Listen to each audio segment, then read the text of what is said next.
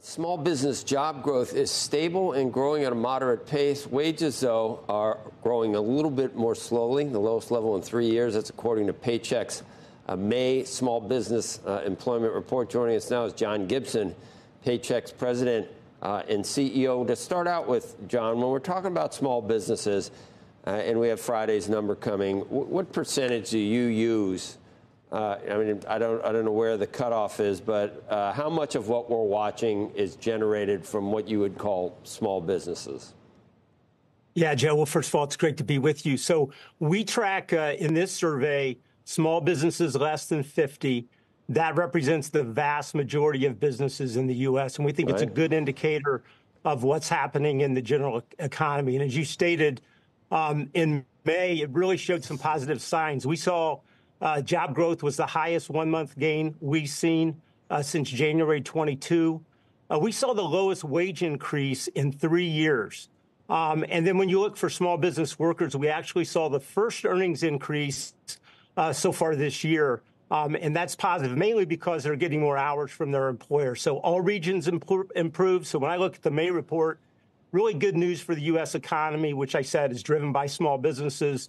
Good news for the Fed and its fight on inflation. I think good news for small business workers is they're bringing more home each week now.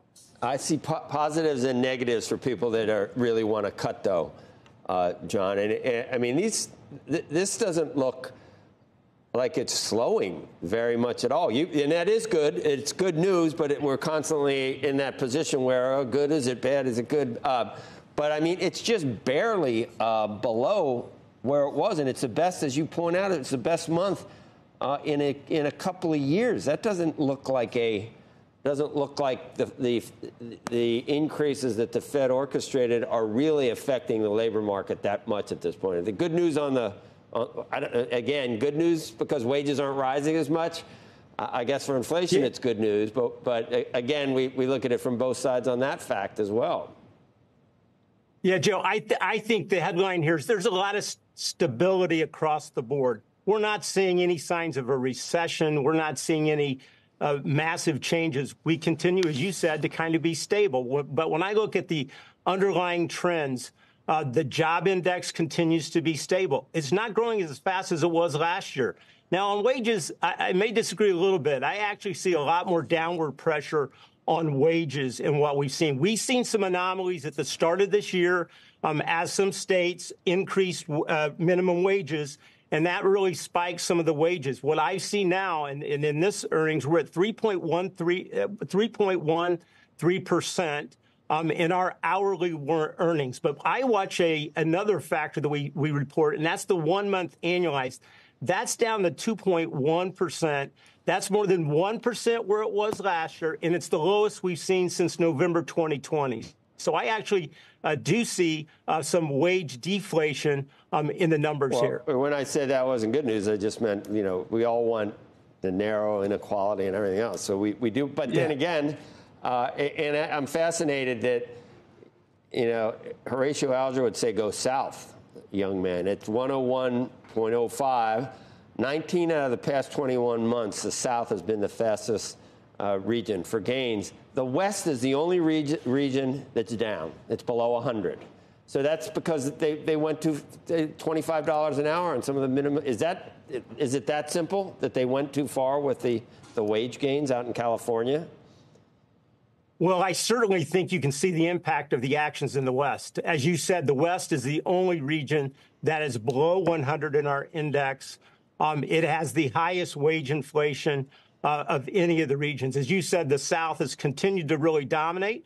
I would say up and coming is the Midwest, and something for both you and Becky, the Hoosier State and the Buckeye State. Hoosier State #2 and Ohio #5 are really showing positive signs as well. So the Midwest is continuing to grow at a faster rate than even the South so far this year. Well, I mean, with Becky, you got to include 10 states. Joe, who also claims California. I'm from Cincinnati. I was born in Indiana. I graduated from high school there. I thought you were born in Broken Arrow. No, I lived there that was from 4th grade to 11th grade. You're from New Jersey. Really? I didn't mean to start a fight. No, my parents moved here after I graduated. You didn't want to start this, did you? Did you, John? Yeah, where's New Jersey on the list? Since we both live there now. Yeah.